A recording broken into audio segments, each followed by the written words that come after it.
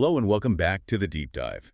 Today we're tackling, well, a pretty challenging book, actually. We're digging into The Alchemy of Finance by George Soros. Oh, it's definitely a challenge. It's much more than just an investment book when you say it's almost philosophy. And it's from the mind behind the quantum fund, the guy famous for, breaking the Bank of England. Exactly. And just to set expectations, this isn't your typical how to get rich quick kind of thing. It's dense. Our mission here is really to pull out the core mechanism he talks about, to show you why Soros thinks markets aren't these rational beasts everyone assumes they are. And that central idea is reflexivity. But before we dive into what reflexivity is, we probably need to talk about what Soros was arguing against, right? The status quo. Good point. Let's start there. The foundation of most finance teaching. The efficient market hypothesis, the EMH. What's the gist of that traditional view? All right, the EMH, it's basically the bedrock. It says market prices reflect all available information, like instantly. The market is seen as this giant, super rational calculator. It crunches all the data and spits out the correct price for everything. So if a stock's at $50, the EMH says that's because, well, it is worth $50 based on everything known. Trying to find bargains is pointless. Exactly. The information's already in the price. Makes sense on paper, doesn't it? It does seem logical. News comes out, prices adjust. Simple. And Soros looks at this elegant theory and basically says, nope, that might work in, physics, but not with people. See, the EMH assumes investors are detached observers. Right. The analogy they often use is scientists watching an experiment through glass. Precisely. They're outside taking notes. Their watching doesn't change the chemical reaction itself. They're separate. Okay, so how does Soros see investors differently? He says in markets, we're not behind the glass. We're in the beaker. Our beliefs, our moods, our buying and selling. It all directly impacts the thing we're observing. Our participation changes the market's reality. Okay, that's where it starts getting really different.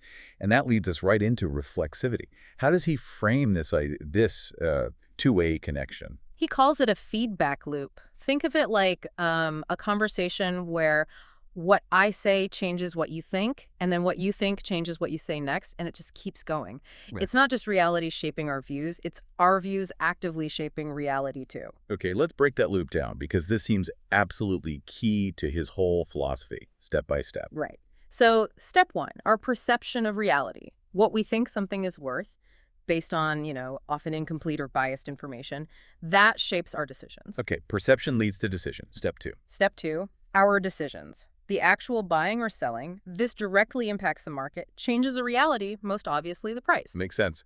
Buy pressure pushes prices up. And step three, this is the reflexive part.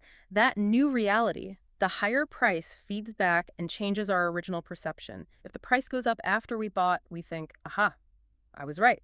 Our belief gets stronger, potentially leading to more buying. The cycle continues. I like the student analogy you mentioned before we started. Can you share that? It really clarifies how perception can create reality. Oh, yeah, the student example, it's great because it's outside finance.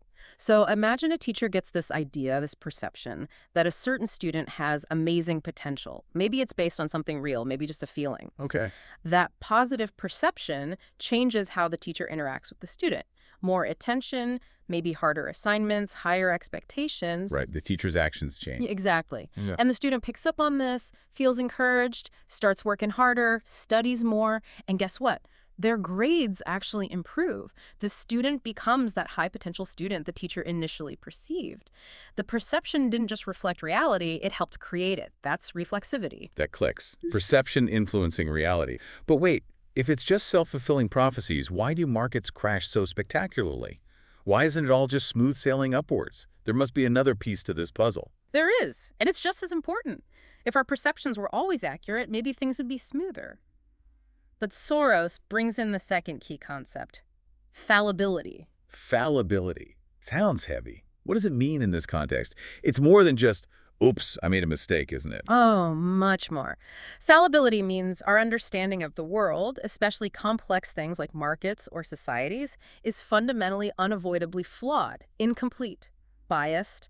We're always operating with misconceptions. We can't have perfect knowledge because, remember, we're inside the system we're trying to figure out. Our view is inherently distorted. Okay, so we've got reflexivity, this feedback loop where perception shapes reality, and fallibility, the fact that our perceptions are pretty much guaranteed to be flawed or incomplete. Put those together, and that's the market engine. That's the engine of boom and bust, according to Soros. It works like this. A group of investors gets hold of a flawed idea, a misconception that's fallibility. Maybe they think this new tech sector is going to change everything. Profits don't matter yet. Okay, a flawed premise. They act on it. They start buying. That buying pushes prices up. Now, here's reflexivity kicking in. The rising prices don't necessarily mean that companies are suddenly profitable. Instead, the rising prices seem to validate the original flawed belief. See? Prices are soaring. We were right. Huh. It's almost perverse. The market action reinforces the error. Exactly. The higher it goes, the more right people feel, the more money pours in, pushing prices even further away from any, fundamental anchor. The market itself creates a temporary reality based on a widespread mistake. And Soros argues the biggest opportunities lie in spotting these prevailing misconceptions. That's his edge, identifying the flawed narrative that's driving the current reflexive loop. Let's make this concrete. The dot-com bubble. Classic example, right? Pretty face. Perfect example. It started with something real. The internet was genuinely revolutionary. That was the underlying reality. But then fallibility took over. The misconception was huge. The idea that any company with .com in its name was destined for greatness, and that things like, profits or revenue were old-fashioned concerns. Right. Eyeballs were the metric, not earnings. Exactly. So people piled in, buying stocks with maybe flimsy business plans just because they were internet-related. Prices went vertical. And that price action itself, the soaring stocks, that was the reflexive part. Absolutely. Every time a .com stock doubled or tripled, it wasn't seen as a warning sign of a bubble. It was seen as proof that the new economy rules applied, that profits didn't matter. The market was feeding the delusion. Perception drove prices, which reinforced the perception, creating this massive, unsustainable reality. But, okay, a counter-argument. Yeah. Sometimes new technologies do justify massive growth. How do you tell the difference between a real revolution and a reflexive bubble based on a mistake? That's the million-dollar question, isn't it? Soros would say it's about the degree of detachment from reality, the speed, the universality of the belief. A reflexive boom pushes things far, far beyond any sensible connection to the underlying business fundamentals. The narrative takes over completely.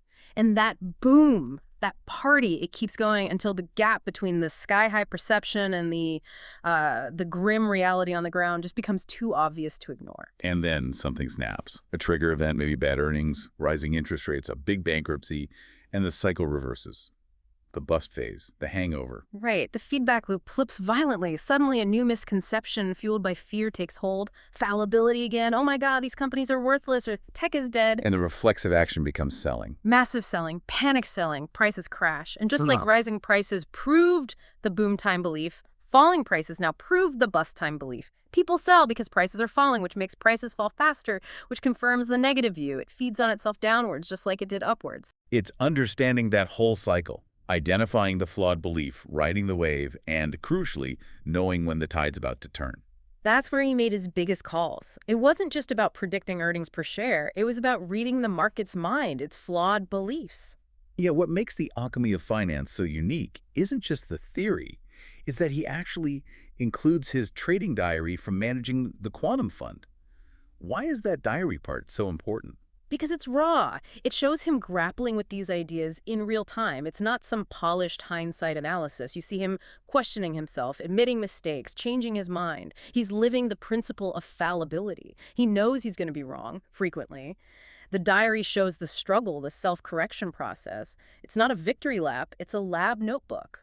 That's incredibly revealing, isn't it? He's not presenting himself as some oracle who knows the future. Not at all. He's showing that success comes from recognizing your own fallibility quickly and having the discipline to act on it specifically, cutting your losses when the market tells you your thesis is wrong. He's a master of managing probabilities and staying in the game, not predicting the future with certainty. Okay, this is complex stuff. Let's try to boil it down. What are the main sort of actionable takeaways for someone listening to this? Maybe 4 key points. Okay, 4 takeaways. Number 1, markets are human. They aren't perfect machines. They're driven by emotion, by crowds, by mistakes. So don't treat the price as sacred truth. It reflects belief as much as fact. Got it. Human, messy, fallible. Number 2. Number 2, look for the misconception. Don't just hunt for hidden data. Hunt for the widely accepted story, the conventional wisdom that might actually be flawed. What is everyone taking for granted right now that might be wrong? Find the flawed narrative. Okay. Number 3. Number 3, think in feedback loops. When you look at an investment, Don't just do static analysis. Ask, okay, if this idea catches on and the price starts rising, how will that change the company's ability to raise money or attract talent or stare competitors? And how will those changes then affect what investors believe next? See the dynamic interplay. Right. It's not static, it's a moving picture. And the last one, number 4. This sounds like the hardest one. It probably is. Number 4, embrace being wrong. Seriously. Trying to be right all the time is a recipe for disaster in markets. You will be wrong. The skill is recognizing it quickly, admitting it without letting your ego get in the way, and cutting the position. Damage control is crucial. Which ties right back to that famous Soros quote. Exactly. It's not whether you're right or wrong that's important, but how much money you make when you're right and how much you lose when you're wrong. Fallibility and reflexivity explain why that's the key to survival. So ultimately, the alchemy of finance isn't giving you a map with the treasure marked. It's teaching you how to read the landscape, to see the market not as this solvable puzzle, but as like a constantly evolving story written by millions of biased, fallible people. Absolutely. And if you can start to understand the plot twists, the way errors reinforce themselves, the way narratives take hold and then collapse, well, you've got a much better shot at navigating the chaos, maybe even profiting from it when you see that flawed story starting to gain traction. A fascinating, if unsettling, way to view markets. Thank you for unpacking that with us. So the next time you see an asset going parabolic or crashing dramatically, ask yourself, what's the shared belief here? What's the misconception driving this reflexive loop? Keep thinking about fallibility and reflexivity. Until next time on The Deep Dive.